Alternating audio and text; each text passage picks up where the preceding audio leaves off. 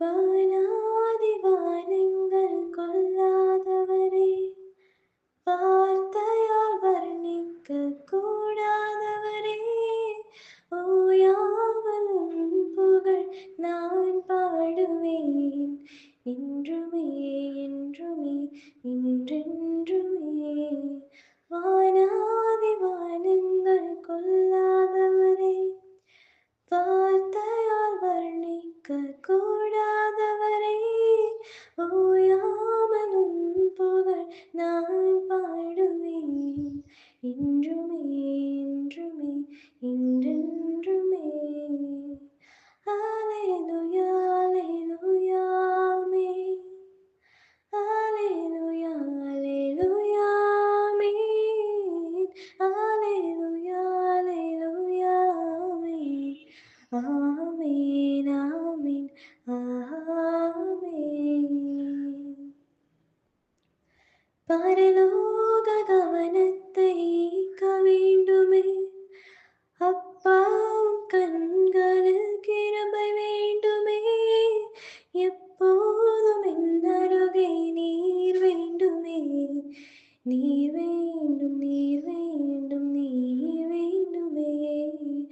பரலோக கவனத்தை ஈர்க்க வேண்டுமே, அப்பா உம் கண்களில் கிருபை வேண்டுமே, எப்போதும் என் அருகே நீர் வேண்டுமே, நீர் வேண்டும் நீர் வேண்டும் நீர் வேண்டுமே.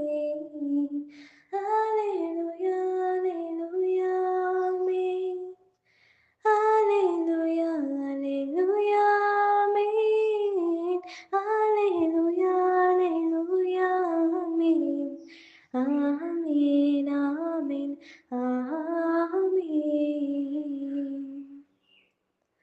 விலகாத பிரியாத உம் சமூகமே, அதுதானே நிரந்தர சுதந்திரமே, வேறொன்று வேண்டாம் நீர் போதுமே, நீர் போதும் எப்போதும் நீர் போதுமே.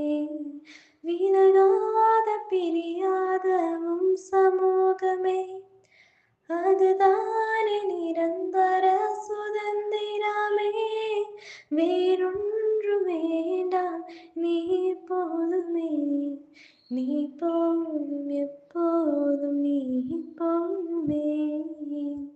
அல்லேலூயா அல்லேலூயா ஆமென். அல்லேலூயா அல்லேலூயா ஆமென். அல்லேலூயா அல்லேலூயா ஆமென். ஆமென் ஆமென் ஆமென்.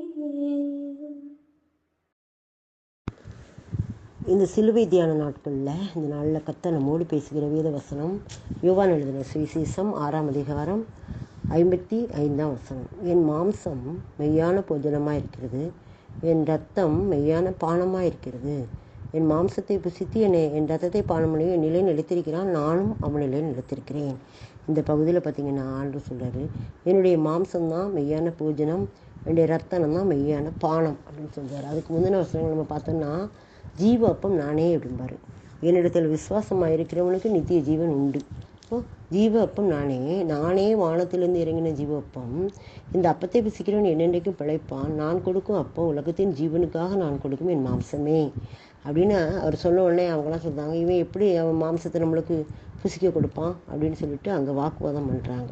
அப்போ ஆண்டு சொல்றாரு, நீங்கள் மனுஷகுமாருடைய மாம்சத்தை புசியாமலும் அவருடைய ரத்தத்தை பானம் பண்ணாமலும் இருந்தால் உங்களுக்குள்ளே ஜீவன் இல்லை என்று மெய்யாக உங்களை சொல்லுகிறேன் அப்படின்னு சொல்கிறாரு. அப்படி சொல்லும்போது அவங்க கூட வந்து தர்க்கம் பண்ணுறாங்க.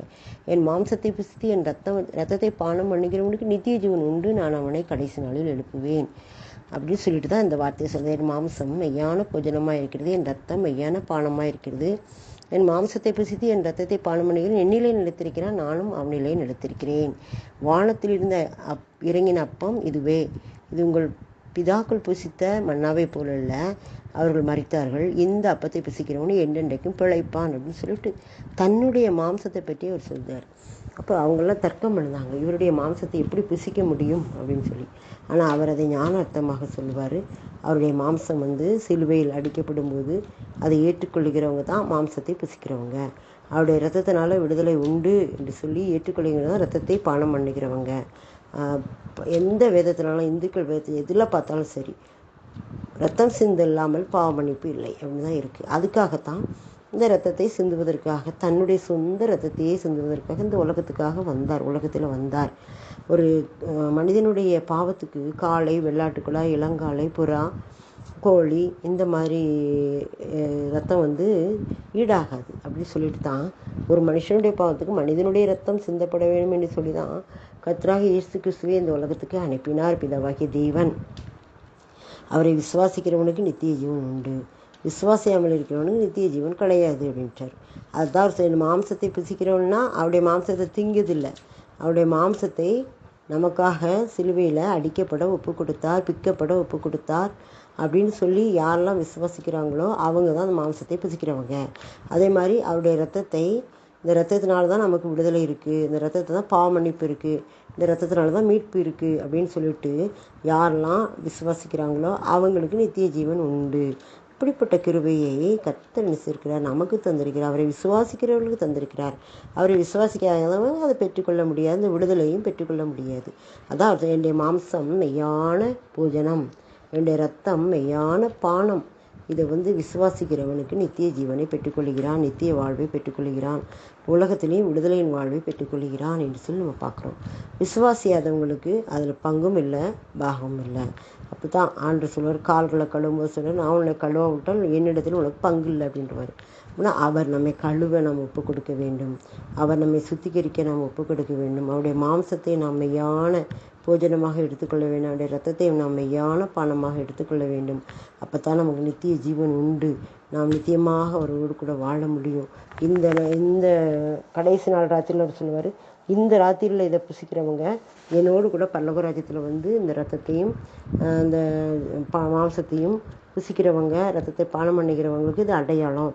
நீங்கள் என்னுடைய பிதாவின் ராஜ்யத்தில் பானம் பண்ணும் நாள் வரைக்கும் இது உங்களுக்கு அடையாளமாக இருக்கட்டும் அப்படின்னு சொல்லுவார். அந்த மாதிரி ஆண்டோடைய உயிர்த்தெழுதலில் நாம் பங்கு கொள்ள வேண்டுமானால், நித்திய ஜீவனை பெற்றுக்கொள்ள வேண்டுமானால் அவருடைய மாம்சத்தை புசித்து அவருடைய ரத்தத்தை பானம் பண்ண வேண்டும்.